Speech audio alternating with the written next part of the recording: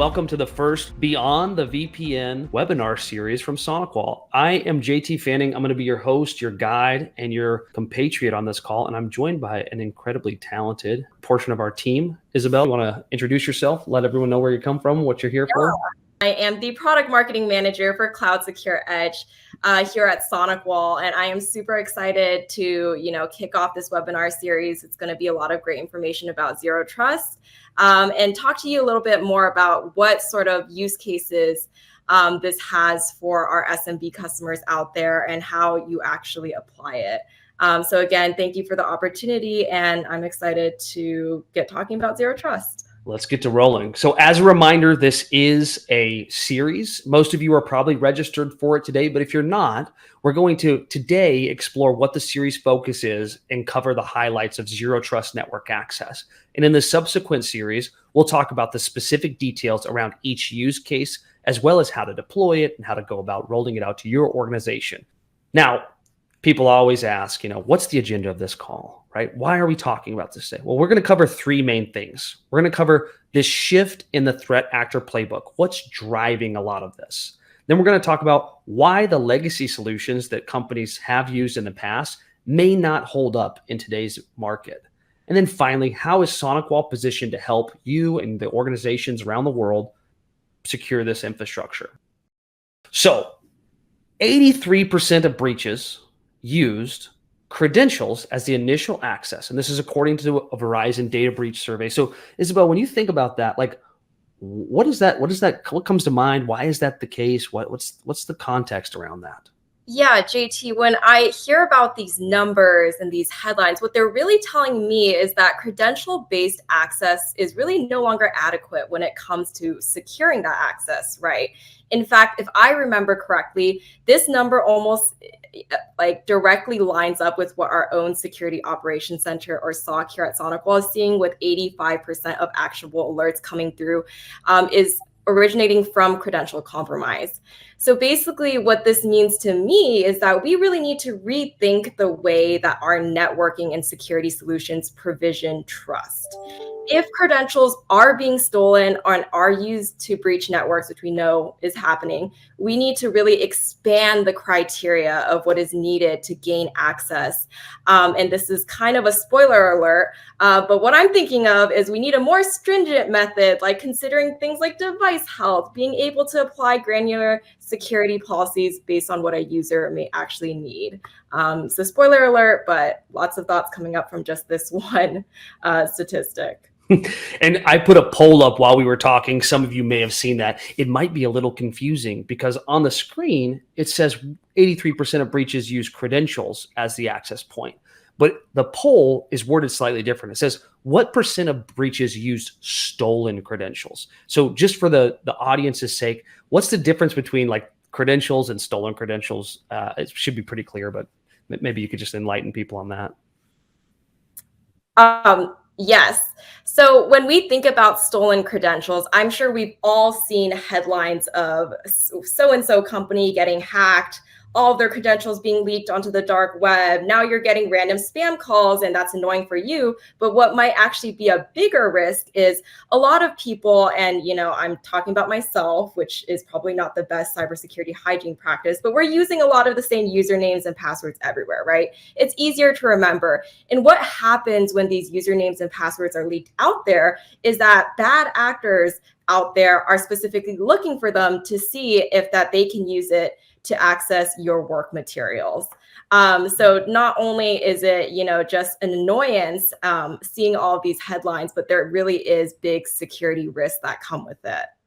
Yeah, and I mean, I think of there was a LinkedIn poll a while back that was put your password in to see how secure it is. People are so, I'll just say unassuming that they don't realize the risk of using the same passwords first, and then the data that they share can really impact their stuff. Now, something that comes up for me, and I do a lot of sales calls. I'm on conversations with end customers in our partner community, and you start to talk about some of these data points, and they hit you with one of these, right? They're like, "Hey, I've heard it all before.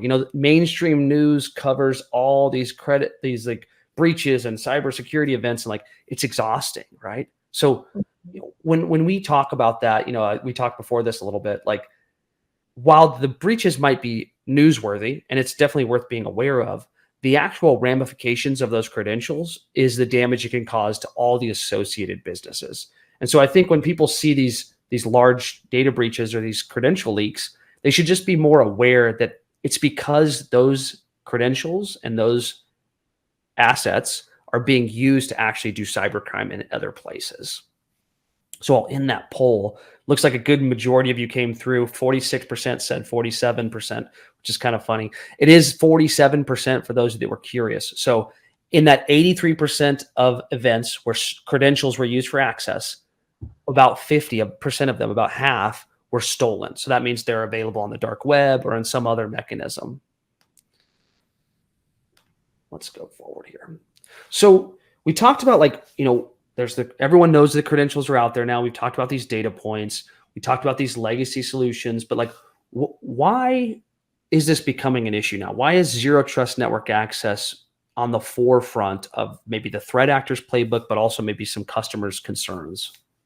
Yeah. So first of all, I want to kind of harken back to what you were talking about and acknowledge how frustrating it is to be seeing all of these headlines, to be constantly told your traditional networking solution, your traditional SSL VPNs, they're not adequate, especially when you've been using one for the past 5, 10, or 15 years, right? But I think what's really important to recognize and what we should really wrap our head around is, looking back at what the SSL VPN or our traditional networking solutions are really created for and how they're no longer inadequate, right? Because if we think of a traditional network model, or let's use the example of a VPN because we're going to talk a lot about VPNs today. Yeah. In a traditional VPN, if you have your credentials, you log in, you get broad access to your entire company's resources, applications, data servers, and centers. And that creates a huge risk, right? Because if I'm an attacker, I'm looking for the biggest bang for my buck, right? If I'm going to try to access a network, I want to access it in a way where I'm going to have access to everything, right? So I can move laterally. I could take advantage of, all of the resources that you have on your corporate network. So the reason why this is really important and why we're talking about zero trust is because zero trust is fundamentally a reaction to these problems that we're seeing today. It's a rethinking of how we do networking and security. Instead of thinking of networking as just giving access, and then it's security's job to come in to restrict access, it's working together, right? It's adding security into every step of gaining access. That's a great point. And I talked to some customers, and there was this shift to remote work. Obviously, a lot of it was spurred around like COVID-19 and that area. But even prior to that, lots of organizations were looking to ways to be more efficient, to give their employees flexibility. And as they did that, they didn't really take the investment they used to have for on-premise, right? I always joke about zero trust being like more of a concept than it is a tool, right? Like when people access a building these days, they usually have to have like a badge scanner. There might be camera systems that are watching them. They may only have access to certain portions of the building. And based on their role within that organization, they're allowed entry. So that's the physical world where people can very easily see the risks to giving, improper controls and improper access. When we move into the digital world, I think organizations by and large, they don't really understand the risk they're under. They're like, oh, I need to be able to access my data when I'm at home and I want to be able to connect. And the legacy solution for that was typically like VPN, whether that be IPsec or SSL. And what users don't really know, or what they didn't anticipate, is as those resources started to go everywhere, where they started to be in the cloud, hosted in someone else's data center, maybe they're at a different location, the sprawl of the resources became compounded with the sprawl of the employees. And so we talked prior about this, like that's what's changed heavily too, right? Is the way that people want to work changed and where stuff is changed. So I think that we have a slide here about, simplified for the most part, but what a traditional network looks like. You got that left-hand side of different types of people that probably have different levels of access within the organization. And then they connect to a box, some magical box that does all the security that they expect it to do. and then it gives them access to some level of resources. So, Isabel, when we think about that, what are some of the challenges? And I'll build out this slide so you have some talking points, but what are some of the challenges around that our customers have shared with us? Yeah, so a lot of the challenges that our customers are talking to us about really fall under three primary buckets. So one is manageability, one is usability, and one is security. So I'll start with manageability. If we think about any sort of hardware device, we know that it's usually a pain in the butt to manage, right? Things with patch management, complex configurations. Scaling means you have to build out a whole lot of things. It's pretty terrible for not only the end user, which we'll talk about later, but for the administrator to really build out that access. And on top of that, when it comes to the end user, which I alluded to, you're not getting a great experience. And why is this, right? I'm not gonna, pull out my whiteboard and show you the network architecture, but the way Come on, Irene, come on. I wish I had the, my big whiteboard on the back to show you right now, but unfortunately not.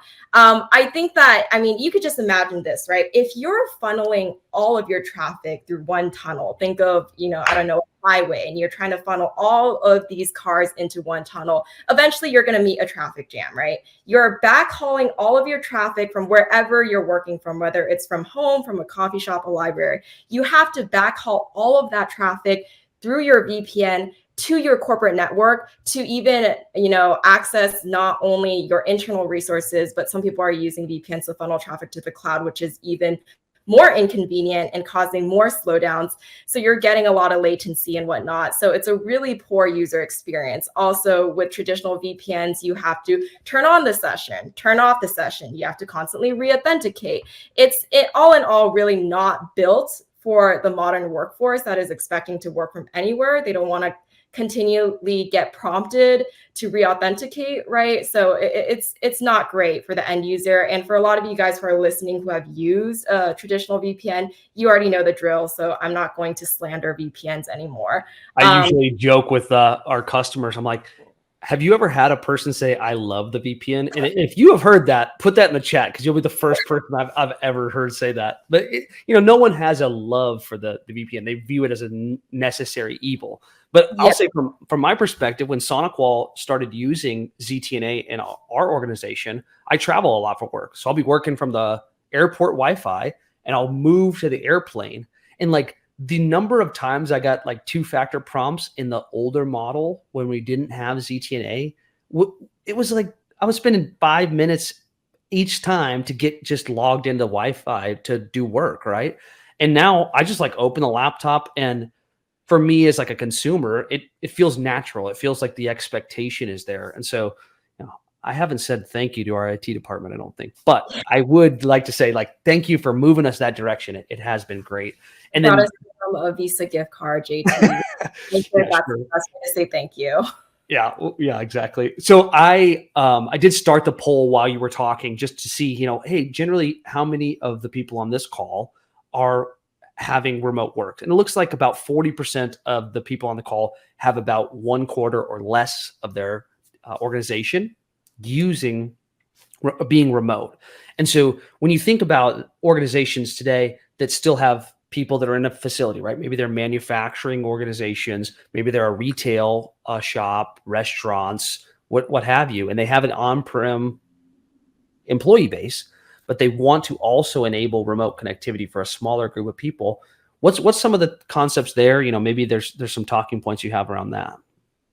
Yeah, so I feel like when it comes to zero trust, a lot of people, when they hear about it, they're like, oh, you know what, that's not for me. It's not like all of my users are remote, or it's not for me. We don't even use a VPN. And I think that's a common misconception because zero trust, again, like you said, it's really this philosophy, right? But we're applying it to all ways that people get access. So it doesn't matter if it's your cloud traffic going to Microsoft 365, or you're at a manufacturing workhouse and it is your on-prem network or whatever.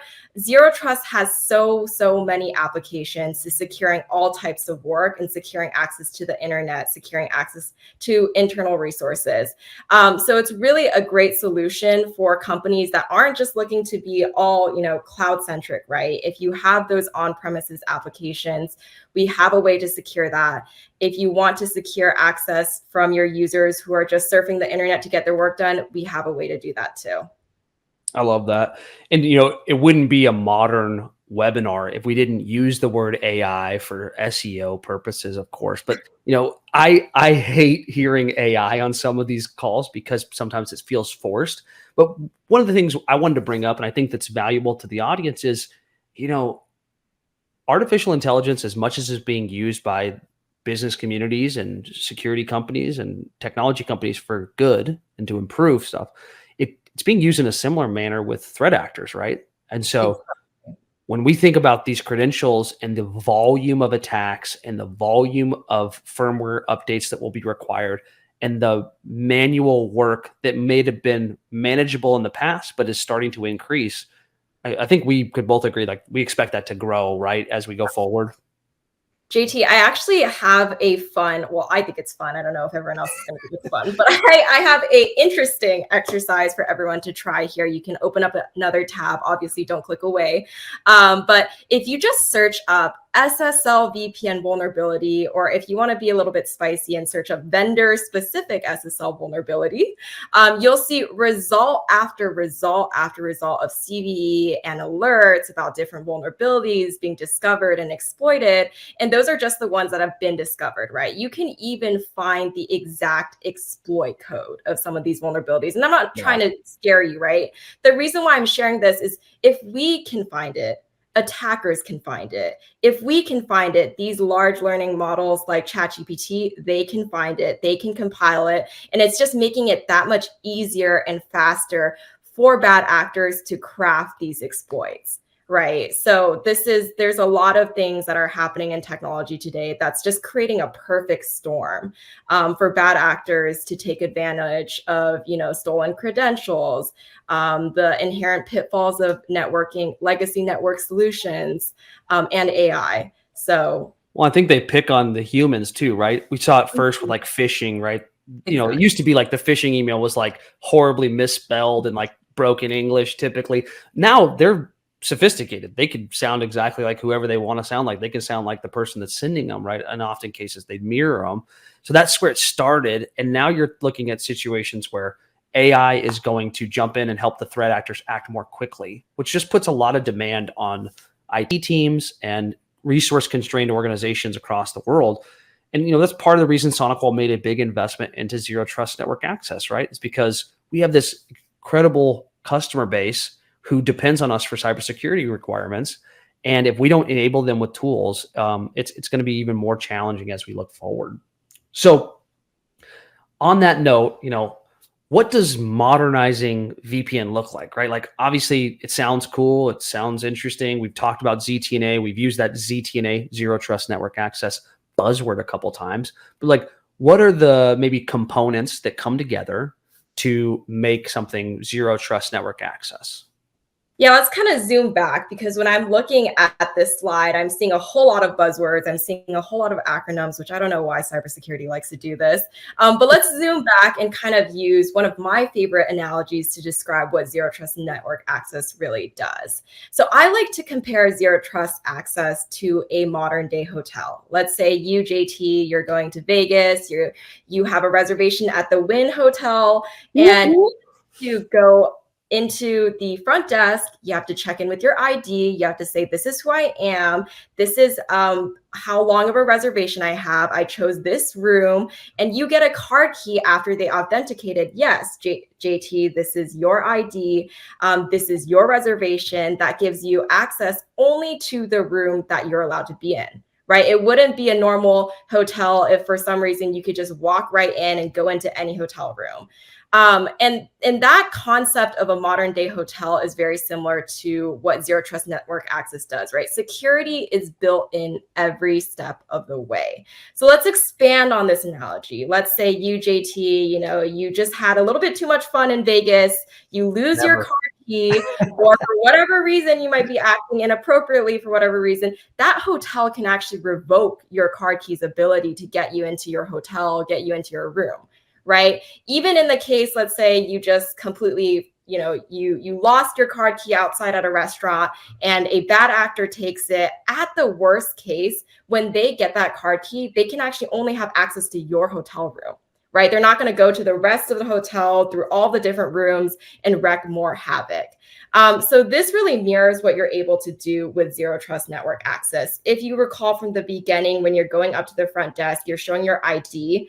In Zero Trust, you have to, the philosophy is called never trust, always verify, right? So it's a concept that every user, no matter what they're trying to access, no matter what device they're on, needs to be constantly authenticated, constantly verified.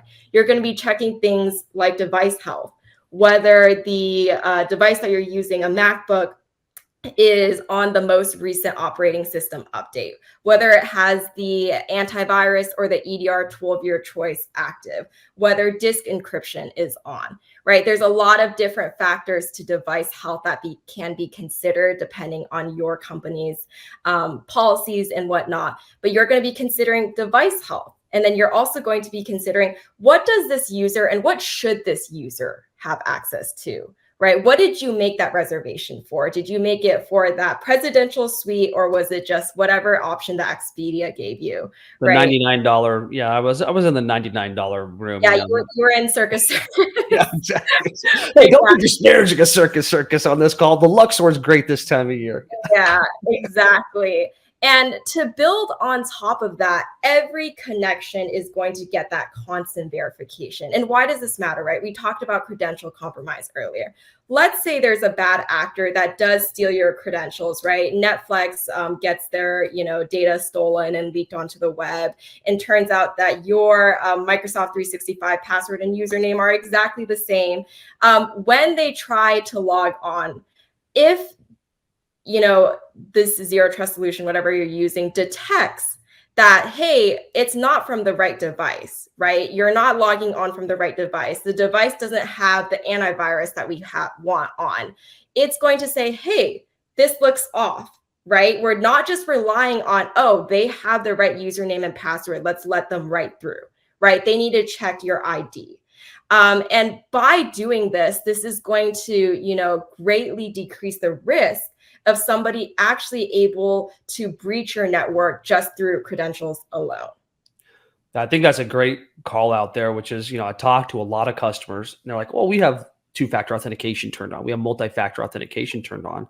And what we've seen is a growing number of multi-factor authentication bypass techniques additionally, right? So even though the solutions are architected and they're tried to be secure, it's still reliant on just a very simple username password combination. And I think what's beautiful about what you mentioned is that, it's taking this idea that let's trust the device and the user and the credentials and build this whole profile before they have access to just whatever resources they have. And the result of, every connection being continuously verified, checking that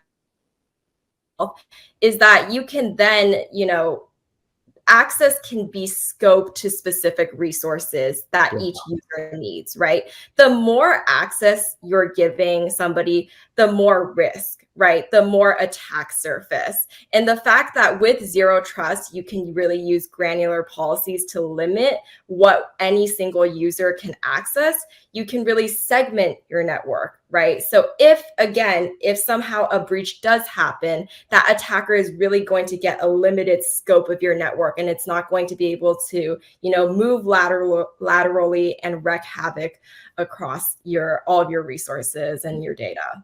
Totally.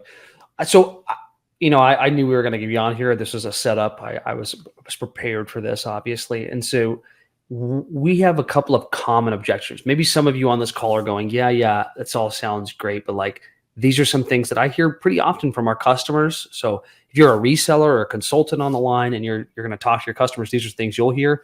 If you're a customer or you're a business operator and you talk to your IT team, oftentimes this is some of the, I would say, misconceptions. And so we're going to kind of help you navigate those in advance. So the first one that comes up all the time is this is only for larger organizations, right? Like this doesn't apply to me. And so, quick bullet point, Isabelle, what do you think? Like, what do you think Yeah. your talking point there is? I think whenever we think of the newest technology, zero trust or AI or whatever it is, I think it's just human nature to be intimidated and think, you know what, this is just for the enterprise. This is just for the Fortune 500 companies who need all the bells and whistles. But if we really think about it, zero trust is tailored for everyone, right? Especially for the SMB, we recognize that things like patch management, scaling traditional VPNs, those are really difficult for an SMB with a very lean IT team to keep up with. So in a lot of ways, zero trust is just as important, if not more so, for smaller businesses. Right? We've seen the headlines, we've seen the numbers. I'm not going to bring it up again, but SMBs are really considered easy targets for a lot of these bad actors now. And zero trust is about really just making sure your data and users are secure no matter what size. And I think the good news is, and I don't want to overly plug, but a lot of zero trust solutions are built to be flexible, right? Yeah. Have to do everything at once or have a huge IT team. You can really start small. You can start with securing cloud apps. You can start with securing contractor access, right? It's not about ripping and replacing, and it's not just about big companies. Yeah, and I like to share with companies that a lot of times people are like, I'm not the target, and we agree with that. Like, you are not. Most organizations, especially on the smaller or medium size, are not the target of cyber attacks, but you're like the grown corn stalks out in the field. You're there to be harvested. They view, as soon as one of these CVEs come out, they know that resource constrained organizations can't patch quickly or won't patch quickly, or maybe not even aware of it, unfortunately. And they target those organizations because at the end of the day, the threat actors are running a business as well. Where can they cause the most amount of damage for the least amount of effort and the largest financial return for themselves? And unfortunately, especially with these credential compromise attacks and where they're targeting access, it is oftentimes in the SMB space. Absolutely. So next one, and we'll talk about this in depth multiple times, but I always hear like, well, that sounds complicated or complex. That whole like web that we looked at in the last one, it's a little overwhelming, especially for someone who's been doing traditional IT or already has something set up. So what's our talking point around just it's complicated or it seems difficult to deploy? Yeah, I think, again, this is really another common worry we get when we're talking to customers and partners. But I think upon further digging, and you can ask yourself this question, how easy is your current VPN really to deploy, to support, to scale and patch? Are you just used to the inconvenience of that and you don't want to make that change, right? And I totally understand. But, with a lot of zero trust solutions that are out there, they were actually designed inherently to be cloud-based and simple to manage. They were designed for the modern era versus your SSL VPNs that were designed in the early 2000s, right? For example, with SonicWall's very own cloud secure edge, if you have, and I know a lot of our SonicWall customers probably have our firewalls, but if you already have a SonicWall firewall that's Gen 7 or above, you're going to actually have access to an out-of-box CSE connector right on that firewall that allows you to easily deploy in a few clicks. So a lot of these zero trust solutions out there are really geared towards making this process as simple as possible, right? And like I mentioned before, you don't have to start and rip and replace everything, right? You can just start by securing access to just a few apps and not your entire network, while you continue to build up your zero trust architecture. I just thought of a new thing that I'm going to coin, so nobody on this call better take this. But if your solution today is a set it and forget it model, then you're going to forget about it until the threat actors use it. That's $1 million idea. It's free for everybody on the call right here, this limited time offer. Get some royalties on that too. Yeah, set it and forget it is not a good strategy for something that's so prevalent as access.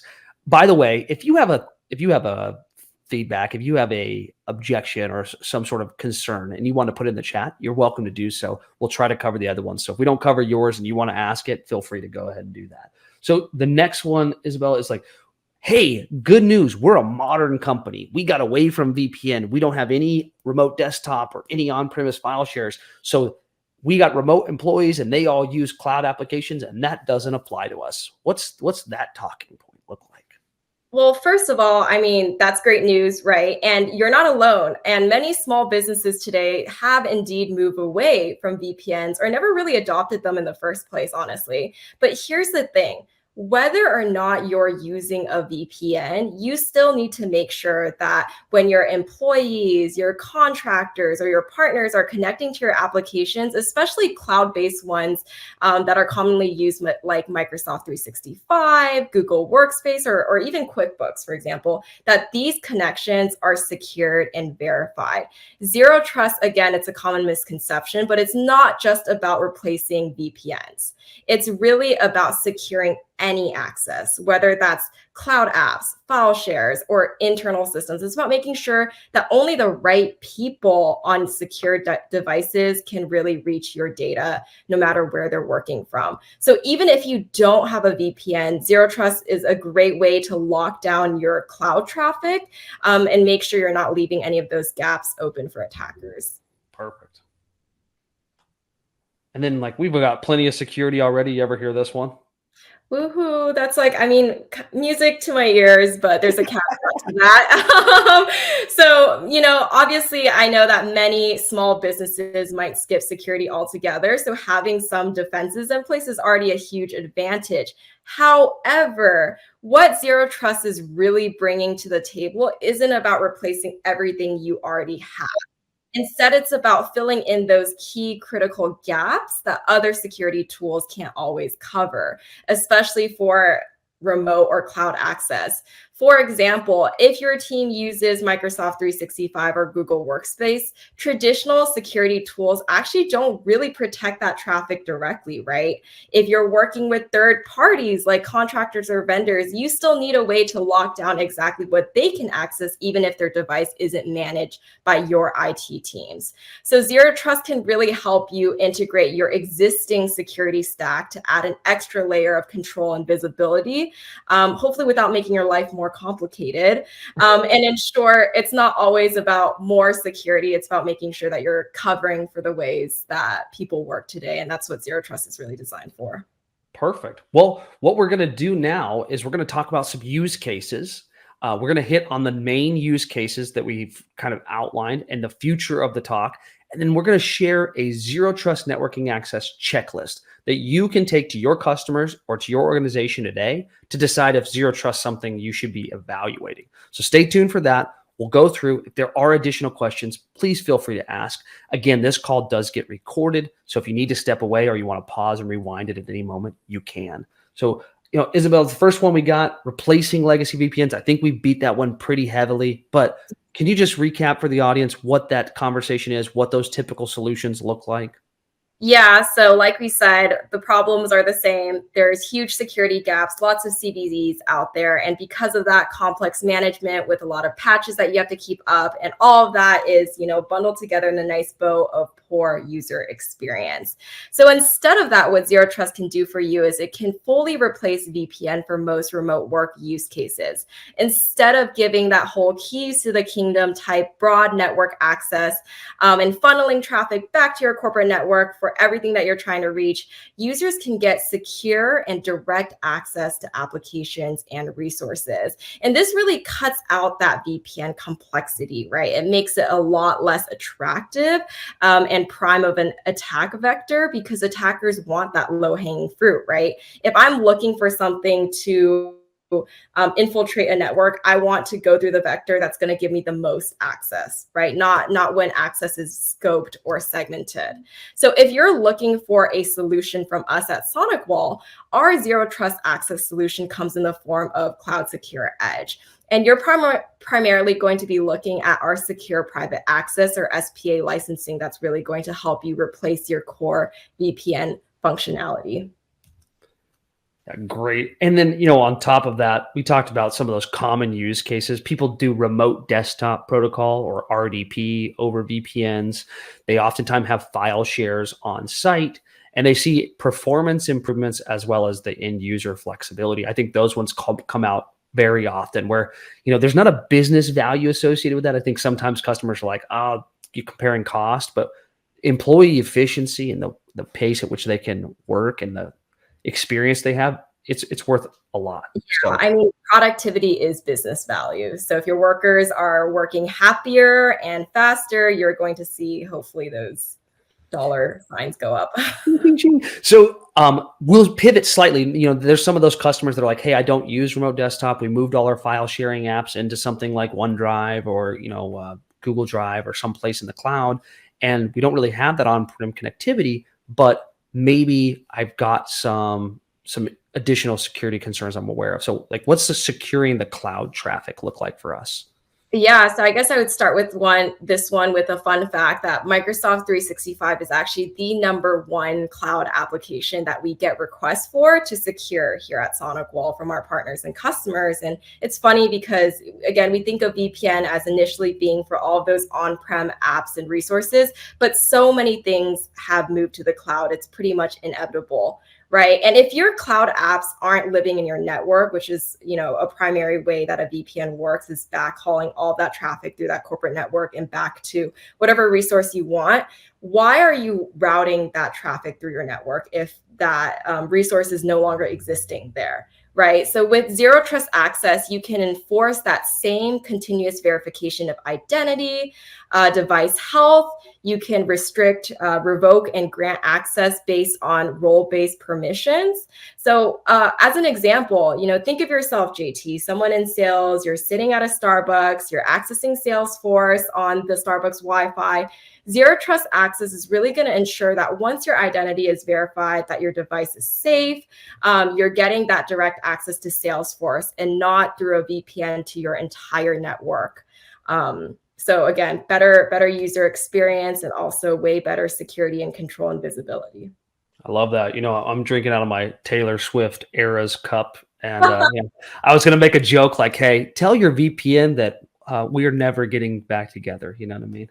Yeah. So jokes aside, I got to, please don't harm the rating of the call based on the horrible nature of my jokes, everyone.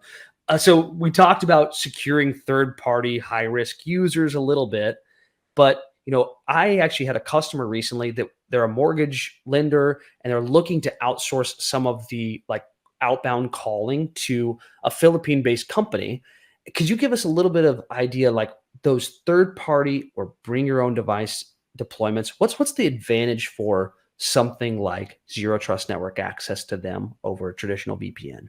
Yeah, I think I'd like to start with, first, what is that risk, right? When these vendors and contractors and MSPs are granted VPN access, for example, it's creating a huge risk because their devices are unmanaged, right? They really only need temporary access for the most part, but you're giving them access to everything without any of the visibility. So what zero trust access can help you do is it can help you create temporary granular policies for third parties so that they can really get access to only what they need and for as long as they need it for, right? There's no reason to continue to give access to users that no longer need to do work, right? So for example, you were using that example of that mortgage company that was outsourcing their call center. Once they're done with their job, whatever their contract length is, you can really easily revoke that access almost instantly once the job is complete. And if that device that you may not be fully managing is breached or compromised for whatever reason, it's adding all of those layers of security and control where you typically wouldn't have that visibility to even begin with. I think that goes perfectly into, there's a question from Ramin, and I'll kind of answer it for that customer. His question was, how does SonicWall's ZTNA handle unmanaged or BYOD devices that lack posture agents? And so I'll start and then I'll pass it over to Isabelle to round out. But we don't charge per agent. That's one of the beauties of the tool. So you're actually able to deploy this on, virtually an unlimited number of devices so that you're not worried about the number of agents that you have out there, right? And then we are enforcing based on the user connectivity. So in the example we're talking about, when one of the remote employees wants to connect, the agent checks the posture of that device and provides that information to the SonicWall cloud infrastructure to establish the trust. And so you don't have to worry about like, hey, I don't have an agent on there. You can deploy it remotely. Anything I missed there? No, I think that that really covered it. And again, to bring this back to, what does our SonicWall solution specifically do? You're probably going to be looking at our, not you're probably, you are going to be looking at our secure private access licensing, which is really going to be key for covering all those use cases where you want to be able to granularly grant and revoke that access to your organization's resources and applications as needed. And as you mentioned before, a little bit of a follow on, these licenses are charged per user, not per device, because I know a lot of us are working from multiple devices, our phone, a tablet, a laptop. So this is really a great bonus on the financial perspective as well. Yeah, that's a great call. I replied, Ramin, hopefully that answers your question. I kind of replied in line two with just a little more context. But if you have additional questions, please extend them out there. Thank you for that. So one thing that comes up here pretty often, we've seen it, and I meant to call it out. There's been a couple of SPA, just because it's IT and we do 3-letter acronyms. We did SPA, we did SIA. Can you just quickly cliff notes it for everybody? What's SPA? What's SIA? Yeah, so our Zero Trust solution, Cloud Secure Edge, has two arms. It has a secure internet access and a secure private access. And as the name probably clues you into, secure internet access is going to be securing all of that traffic to the internet. So that's going to be our secure web gateway and our cloud access security broker. On the other side, our secure private access is going to be securing all of your access to internal resources. And this is primarily going to be through our ZTNA or our VPN as a service. Great. And Thomas asked my favorite question, which is doesn't this just create a single point of failure? Basically, SonicWall's cloud becomes a single point of failure. One of the coolest things about the organization we acquired, Banyan Security, is they had a hybrid model of access. And so while we do host it and we provide a cloud experience for you to make it simple and easy to manage, you also, as a customer or partner, have the ability to spin up your own instances that would do the traffic passing for you. And so you can build in as much redundancy as your organization requires, right? We have some very large enterprise organizations that have 100% uptimes or 5.9 uptime requirements, and they're able to make that scale. So I would say at the simplest, most basic version, if you use the most easy access one, probably, but you have that same problem today with your existing solution. It's just a box that you have somewhere. But in most cases, you would be able to scale out to the redundancy or the availability you need as an organization. But it is a really good question, Thomas. It comes up often. So thank you. Okay.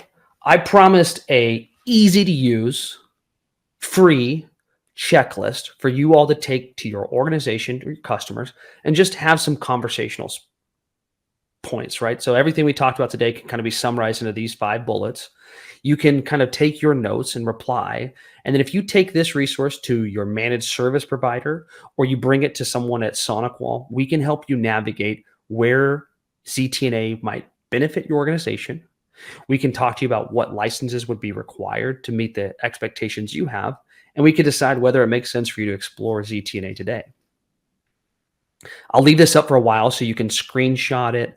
Again, we'll have the slides available post-call too, so you can get it from there. But feel free to take a look. I'm going to read through some of the questions, and we'll try our best to answer them. Let's see. Martin from Cloud Power IT says, is it possible to secure the software as a service application that has a publicly available login? And if so, what would be typically required? Any implications of using a third-party identity provider like Entra ID for the application? Isabelle, I'll let you take the first piece at it, and then I can answer the question completely. But maybe you can just talk about securing those SaaS apps, and then I'll talk about how we actually implement it.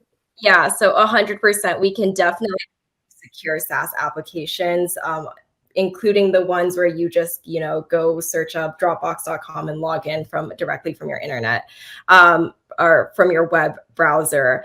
And that's going to be, again, our secure private access. If that SaaS application is hosted within your own network or within your on premises, that's going to be our CASB solution, which is available in secure internet access licensing. But you mentioned Entra ID. So you will be needing to configure a solution like Cloud Secure Edge, or honestly any zero trust solution out there. You will need to tie that to a cloud IDP. So you're already on your way to get started. Go ahead. So Martin, your Entra ID actually directly integrates with the SonicWall Cloud Secure Edge product. So all of your like user grouping that you built out in Entra will pull over, and you can actually provide access based on your directory layout, whatever that looks like, right? Sales, accounting, whatever your breakdown is. So that'll all come over. We have an integration that's probably our most common identity provider that we integrate with. And from there, what you can do is set up conditional access policies to those SaaS applications. So you mentioned, hey, if I've got an application that's hosted that I want to restrict access to, you can force the user traffic to go to the SonicWall cloud and then go to the publicly available website. Now, the other piece is you can have the publicly available website only respond to IP addresses within a range that SonicWall provides you, meaning that even though it's like web facing, it will only talk to a range of IPs that we'll provide you that are yours, that are going to be your like WAN IP, right? So that's one mechanism to do it. Now, there are many applications, SaaS-based applications that don't provide conditional access tools. And so in those cases, if they allow you to integrate and use your SSO agent, single sign-on agent, we can restrict the access to the single sign-on agent from Microsoft to our cloud.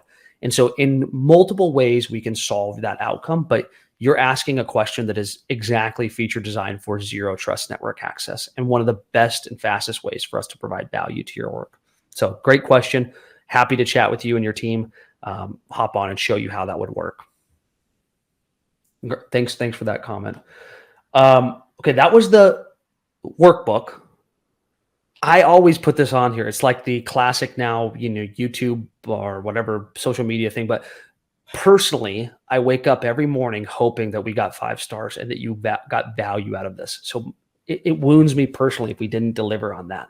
So if you can please share your feedback at the end of this, let us know how we did. Give us some feedback around what you'd like to see in the future. Obviously, you see the question about, have you ever considered doing stand-up? I think my jokes were pretty good today, so I'll just pat myself on the back.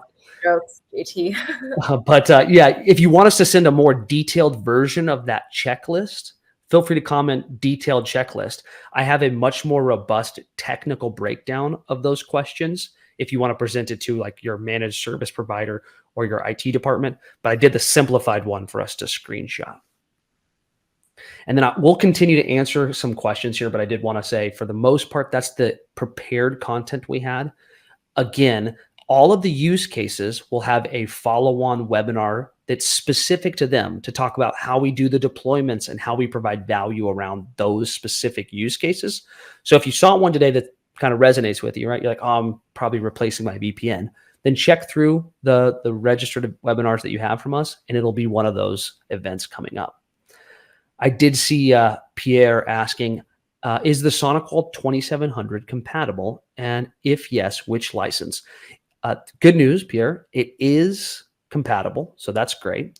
The second piece is you actually don't have to change your licensing on the SonicWall firewall. So Cloud Secure Edge is a separate license that is done for the number of users you would like to secure. So if you want, we can have someone reach out to you post this call, but it's just a separate license. So you'll buy the equivalent number of user licenses that you want, and it's assigned to you as a customer. It can connect to any number of firewalls. So if you got a 2700 at one site and a bunch of TZ470s, you don't have to license it at each location. You just pay for the one license set. So great conversation. I see a lot of detailed checklist breakdowns, so I'll be sure to share that out as we get it put together. Ryan, thanks for the comment there. Perfect.